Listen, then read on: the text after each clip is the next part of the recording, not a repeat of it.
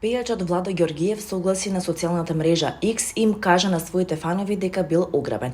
Имено Владо Ѓоргиев одлучил оваа година навреме да купи подароци за Нова година и Божик и да ги израдува семејството и пријателите. Сепак неговиот чопинг уништија крадци кои искористија приликата да упаднат во неговиот автомобил и да украдат работи од задното седиште. На крадците кои упаднаа во нашиот автомобил во гаражата во трговски центар во Скопје и украдоа куп работи од задното седиште, па дури подароци за деца и пријатели, им посакувам се најдобро. Напиша пејачот со емотикони на крст, раце кои се молат и капа. Имаат над 80 години и не им се верува дека можеби никогаш повеќе нема да си ги видат внуците, вели извор близок до Бред Пит за неговите родители. Разводот на Бред Пит и Анџелина Џоли резултираше и со жестока битка за старателство и актерот веќе 8 години нема скоро никаков контакт со децата. 60-годишниот актер се оддалечи од трите биолошки и трите посвоени деца по инцидентот во приватен авион кој ја прелил чашата за Џоли. На Бред Пит воопшто не му било сеедно што не ги гледа децата, а според извори блиски до актерот, уште по-скршени од болка биле неговите родители. Вилијам и Џејн Пит стравувале дека никогаш повеќе нема да си ги видат внуците. Родителите на Бред Пит ги немаат видено нивните сакани внуци околу 8 години среде разводот и судската битка помеѓу Бред и Анџелина. Пред нивната разделба, внуците беа важен дел од животот на Вилијам и Џејн и тие минуваа многу време заедно. Им се крши срцето што сега работите се променети. Едно е што децата не го гледаат татко им, но тажно е што Џејн и Вилијам немаат контакт со саканите внуци.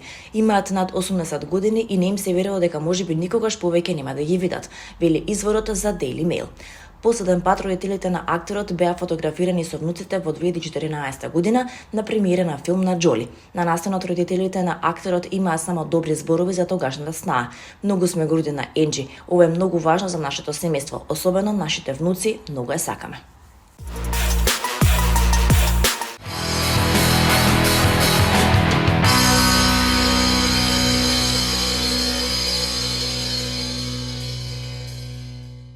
Македонскиот новинар Драган Б. Костич, кој е жива енциклопедија за музика, ќе го одигра својот последен танц на сцена на 29 ноември со почеток од 22 часот во спортскиот центар Јане Сандански. Настанот е во организација на продукција Авалон. Со музичкиот настан Последен танц ќе се одбележи 50 годишнината од првата емисија од легендарниот радиски проект Диско Селектор, со кој што многу генерации осознаваа што е добра и квалитетна музика.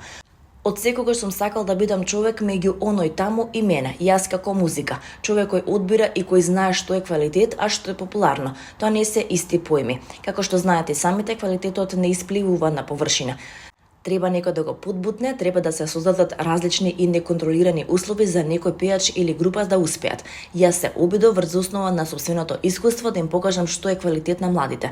Знам дека не треба да се дискутира на тема вкусови, секој има право на собствен вкус, но ако некој со искуство ти каже дека ова не е така лошо и послушај го, можеби ќе научиш нешто. Изјави Костич на пресконференцијата во Аудиокултура. Легендарниот радиски водител проговори и за страста кон работата, како и за тоа дека секогаш уживал во тоа да истражува нови информации од светот на музиката.